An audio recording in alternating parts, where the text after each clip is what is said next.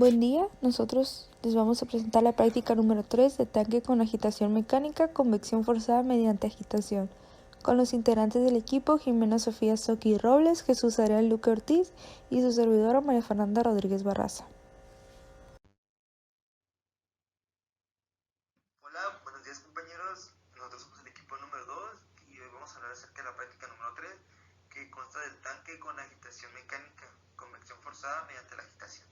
Los integrantes del equipo somos Jimena Sofía Soqui Robles, María Fernanda Rodríguez Barraza y su servidor Jesús Adrián Luque Ortiz.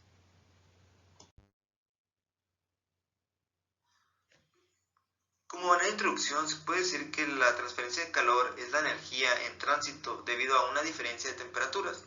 Siempre que exista una diferencia entre temperaturas de un cuerpo hacia otro cuerpo, debe ocurrir una transferencia de calor. Existen distintos tipos de transferencia de calor. Se utiliza el término conducción cuando se transfiere de calor desde la que se producirá a través del medio. En cambio, el término de convección se refiere a la transferencia de calor que ocurre entre una superficie y un fluido de movimiento, cuando están estas en distintas temperaturas. Y el tercer tipo de transferencia se denomina radiación, y esta es la cual es la energía emitida por la materia que se encuentra a una temperatura finita. Un ejemplo sería el Sol. Cuando un fluido se pone en contacto con la superficie sólida de una temperatura distinta, el proceso resultante de intercambio de energía térmica es un mecanismo de transferencia de calor por convección. La transferencia de calor por convección depende de la viscosidad del fluido, así como sus propiedades térmicas, físicas y químicas. Es decir, que un ejemplo de esto podría ser cuando estás calentando agua y si esta se está ebulliendo. Es una transferencia por convección porque le estamos adquiriendo calor al agua.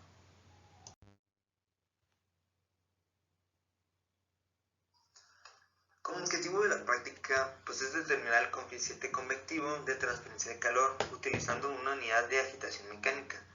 Al lado derecho podrán observar la imagen que representa al tanque de agua, donde está la entrada del fluido, el nivel del fluido, la salida del fluido y sus resistencias, también dando la turbina, por eso es por agitación.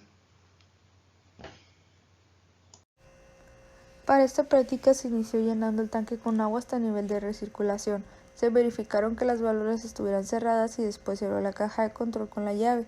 Se puso el interruptor en encendido y se cerró la caja de control, asegurándonos de que el monitor estuviera en su parte inferior apagada. Posteriormente probamos la temperatura deseada y una vez obtenida la temperatura se abrió la llave de alimentación, verificando que la llave del agua estuviera abierta. Después de que la recirculación fuera constante y la temperatura de los dos termómetros estuviera estabilizada, se tomó la lectura de la temperatura de entrada y de salida del agua al tanque. Luego se conectó el agitador con velocidad de giro de 100 RPM. Se dejó pasar 10 minutos y se volvió a tomar la temperatura de entrada y de salida. Después se realizó lo mismo tomando la temperatura de entrada y de salida de cada 5 minutos, finalizando pasando 30 minutos. Finalmente se repitió la operación para 200 RPM y 300 RPM, registrando los datos de la temperatura para cada revolución. Una vez que se estabilizó la temperatura, se registró en la tabla. En meteorología se puede decir que se llenó el tanque de agua hasta un nivel estándar, se verificaron que las válvulas estuvieran cerradas y después se abrió la caja de control con la llave, se puso el interruptor on y se cerró la caja de control, asegurándonos de que el monitor estuviera en su parte inferior, out. Posteriormente propagamos la temperatura deseada. Una vez obtenida la temperatura, se abrió la llave de alimentación, verificando que la llave del agua estuviera abierta. Después de que la recirculación fuera constante y las temperaturas de los dos termómetros estuviera estabilizada, se tomó la lectura de la temperatura de entrada y la de salida del agua del tanque. Luego se conectó el agitador con velocidad de giro de 100 RPM. Se dejó pasar 10 minutos y se volvió a tomar la temperatura de entrada y de salida. Después se realizó el mismo tomando la temperatura de entrada y de salida cada 5 minutos, finalizando pasando 30 minutos. Finalmente se repitió la operación para 200 RPM y 300 RPM, con esto registrando los datos de las temperaturas de cada revolución. Una vez que se estabilizó la temperatura, se registró todo esto en una tabla. Voy a explicarles los datos y los cálculos de la práctica número 3, que es convección fluido interno.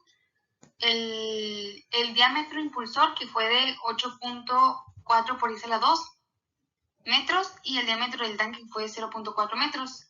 La longitud fue de 0.47 metros y la velocidad lineal, fue 0.4998 metros sobre segundo.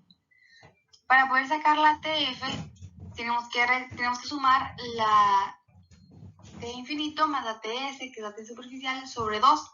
Entonces tendríamos 63 más 30 sobre 2 y la TF sería igual a 46.5. Después nos vamos a nuestras tablas de propiedades y como obtuvimos un 46.5, utilizamos temperatura 45 grados Celsius en las tablas y observamos las propiedades.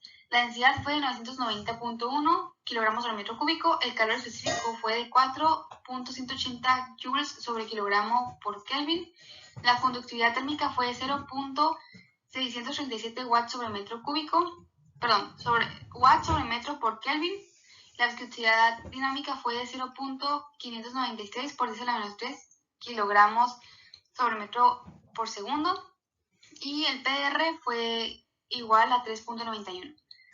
Y por último el coeficiente de expansión fue de 0.415 por 10 a la menos 3. Entonces para poder sacar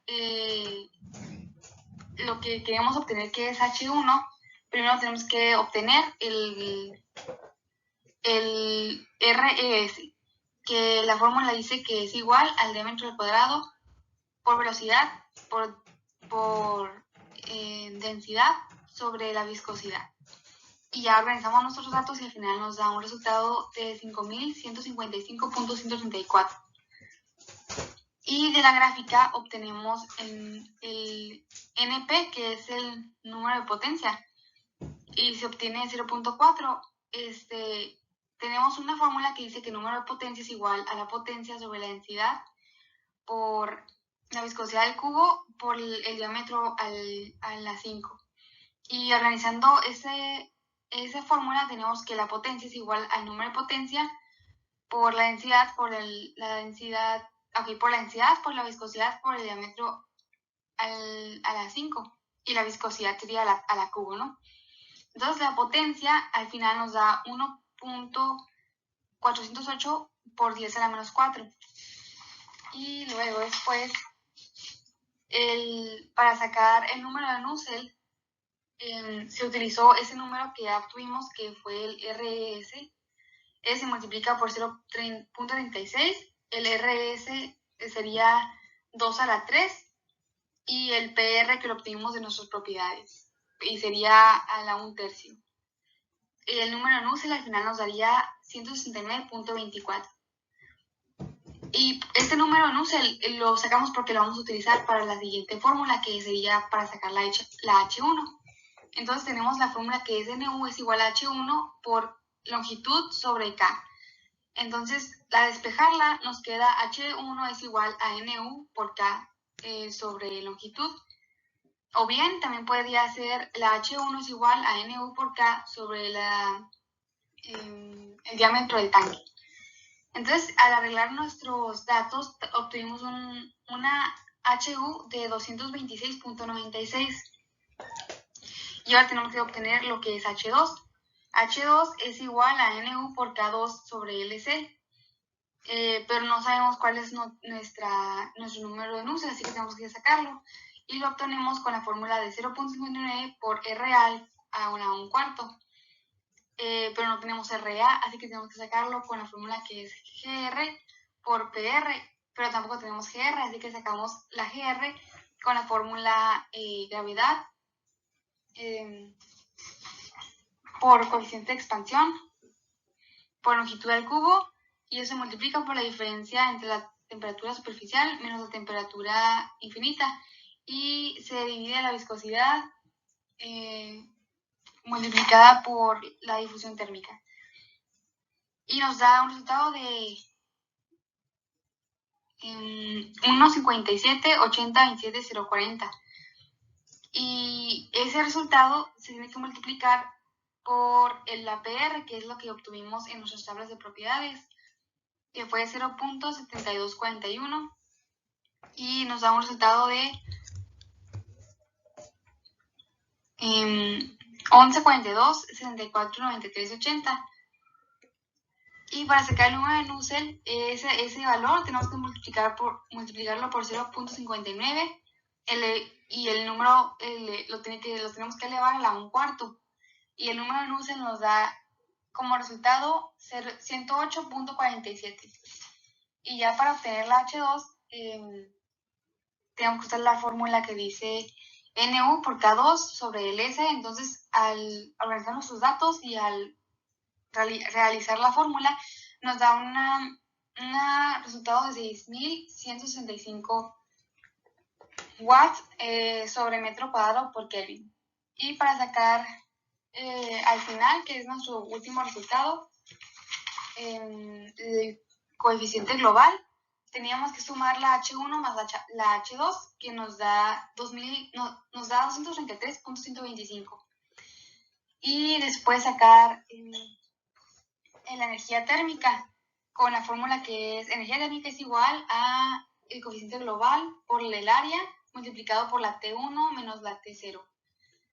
El área la sacamos con la fórmula 2 por pi por radio por longitud y nos da un resultado de 0.597 metros cuadrados.